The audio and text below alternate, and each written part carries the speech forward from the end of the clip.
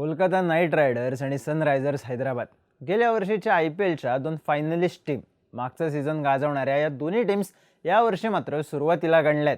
Points टेबलमध्ये हैदराबाद सध्या 8व्या तर कोलकाता अगदी शेवटच्या नंबरवर आहे. या दोन्ही टीम्स ऑन फील्ड स्ट्रगल करत असतानाच आता ऑफ द फील्ड एका नव्या वादाला तोंड फुटलंय.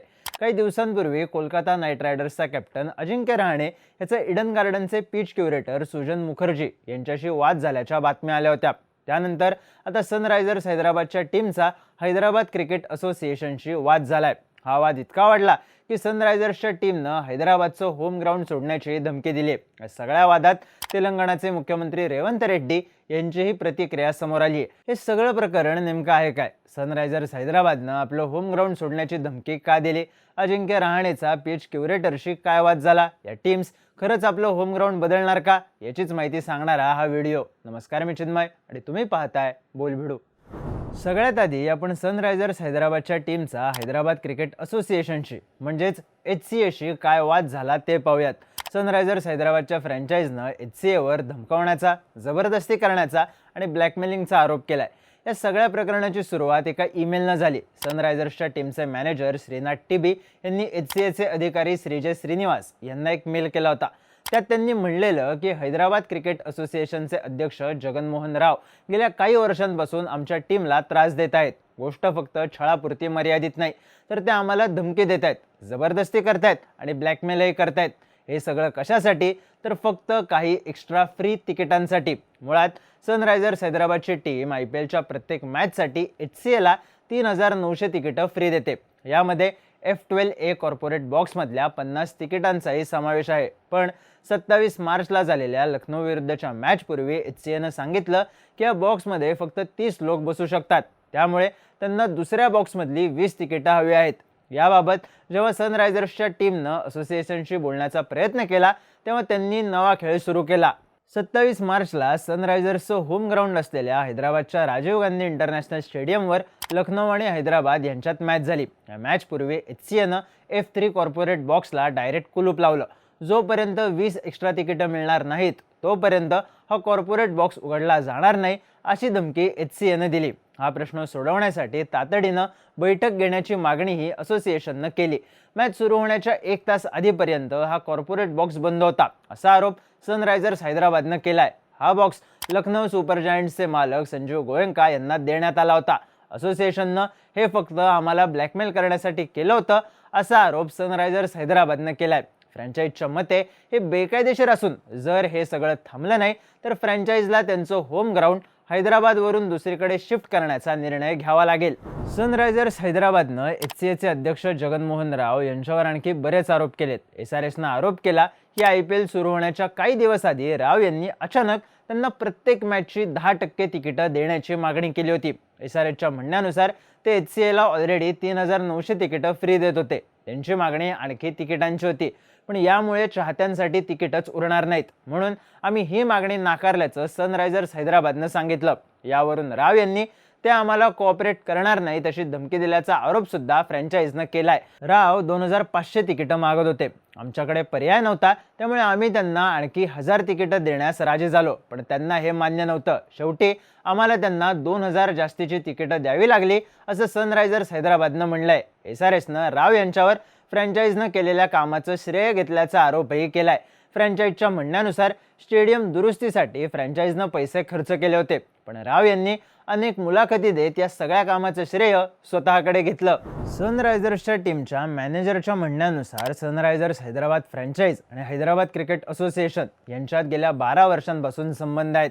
आधी सगळं काही ठीक होतं, पण गेल्या 2 वर्षात फ्री तिकिटांवरून वाद वाढला. विशेषतः 2023 मध्ये जगनमोहन राव हैदराबाद क्रिकेट असोसिएशनचे अध्यक्ष झाल्यानंतर हा वाद वाढला असल्याचा आरोप सनरायझर्सच्या टीमनं केलाय. सनरायझर्सचं म्हणणं आहे की ते स्टेडियमसाठी भाडं देतात. IPL दरम्यान स्टेडियम त्यांच्या नियंत्रणाखाली असतं, पण हैदराबाद क्रिकेट असोसिएशनच्या अशा वागणुकीमुळे त्यांना प्रचंड त्रास होतोय. सनरायझर्सच्या टीमनं HCAला पाठवलेल्या ईमेलमध्ये हे सगळे आरोप करण्यात आलेत. सनरायझर्सने हे सगळं प्रकरण BCCI पर्यंत पोहोचवलं असल्याचीही माहिती आहे. या सगळ्या प्रकरणावर हैदराबाद क्रिकेट असोसिएशनची प्रतिक्रियाही समोर आली. HCAचे अध्यक्ष जगनमोहन राव यांनी हे आरोप पूर्णपणे फेटाळून लावलेत. ते म्हणतात की त्यांना सनरायझर्स हैदराबादकडून असा कोणताही अधिकृत ईमेल मिळाला नाही. असोसिएशनने एक प्रेस रिलीज जारी केलंय, ज्यात म्हणलंय सोशल मीडिया आणि काही वेबसाईट्सवर येत असलेल्या बातम्यांमध्ये काहीही तथ्य नाही. जर खरोखरच काही ईमेल आले असते तर ते HCA किंवा SRHच्या अधिकृत ईमेलवरून लीक होण्याऐवजी योग्यरित्या उघड व्हायला हवे होते. हे सगळं त्या लोकांचं कारस्थान आहे जे HCA आणि SRHची इमेज खराब करण्याचा प्रयत्न करतायत. हा सगळा वाद समोर आल्यानंतर याची दखल तेलंगणाचे मुख्यमंत्री रेवंत रेड्डी यांनी घेतली आहे. त्यांनी सनरायझर्स हैदराबादच्या आरोपांना गांभीर्याने घेत हैदराबाद क्रिकेट असोसिएशन विरोधात चौकशीचे आदेश दिलेत. जर हैदराबाद क्रिकेट असोसिएशनमधले लोक या प्रकरणात दोषी आढळले तर त्यांच्यावर कारवाई करण्यात यावी, असा आदेश रेवंत रेड्डी यांनी दिलाय. सनरायझर्स हैदराबादचा हा वाद समोर येण्याच्या काही दिवसांपूर्वी कोलकाता नाईट रायडर्सचा कॅप्टन अजिंक्य रहाणे आणि इडन गार्डन्सच्या पिच क्युरेटरचा वाद समोर आला होता. झालं असं की या सीझनची पहिली मॅच KKR वर्सेस RCB अशी होती. या मॅचच्या आधी अजिंक्य रहाणेनं इडन गार्डन्सचे पिच क्युरेटर सुजन मुखर्जी यांना स्पिन फ्रेंडली पिच बनवण्याची मागणी केली होती, पण त्यांनी रहाणेची ही मागणी फेटाळून लावली, अशा बातम्या आल्या. यावरून सुजन मुखर्जी यांची प्रतिक्रिया आली. ते म्हणाले की BCCIच्या नियमांनुसार पिच तयार केलं जातं. IPLच्या नियमांनुसार फ्रँचाईजला पिचबद्दल काहीही मागणी करता येत नाही. मी इथं जबाबदारी स्वीकारल्यापासून पिच तसंच आहे. ते आधीही तसंच होतं, आजही तसंच आहे आणि भविष्यातही ते बदलणार नाही. आता IPL मॅचेसच्या पिचबद्दल BCCIचे नियम काय आहेत तर BCCIच्या नियमांनुसार पिच तयार करण्यामध्ये फ्रँचाईज आणि प्लेयर्सचा कोणताही सहभाग असणार नाही. BCCIचे मुख्य पिच क्युरेटर आवश्यक तो सल्ला देण्यासाठी उपलब्ध असतील किंवा काही प्रॉब्लेम आल्यास ते यात हस्तक्षेप करू शकतील. नियमात पुढे म्हणलंय की पिचनं काही क्रायटेरिया पूर्ण करणं गरजेचं आहे, जसं की पिचवर चांगला पेस असावा, बॉल कॅरी केला जावा, सतत बाउन्स असावा, थोडी सीम मुवमेंट असावी पण जास्त टर्न नसावा. ही सगळी जबाबदारी त्या स्टेडियमच्या मुख्य पिच क्युरेटरची असते. BCCIच्या नियमांमुळेच इडन गार्डन्सच्या पिच क्युरेटरनं KKRचा कॅप्टन अजिंक्य रहाणेची मागणी फेटाळली आणि हा वाद झाल्याच्या बातम्या आल्या. आता एका पाठोपाठ एक हे वाद समोर आल्यानं आता नव्या चर्चेला सुरुवात झाली. ती म्हणजे या टीम्स आपलं होम ग्राउंड बदलणार का? सनरायझर्स हैदराबादनं उघडपणे ही धमकी दिली आहे. मग प्रश्न हा आहे की जर खरंच सनरायझर्सच्या टीमनं आपलं होम ग्राउंड बदललं तर त्याचा फटका कुणाला बसू शकतो? तर याचं उत्तर आहे सनरायझर्सची टीम आणि हैदराबाद क्रिकेट असोसिएशन या दोघांनाही.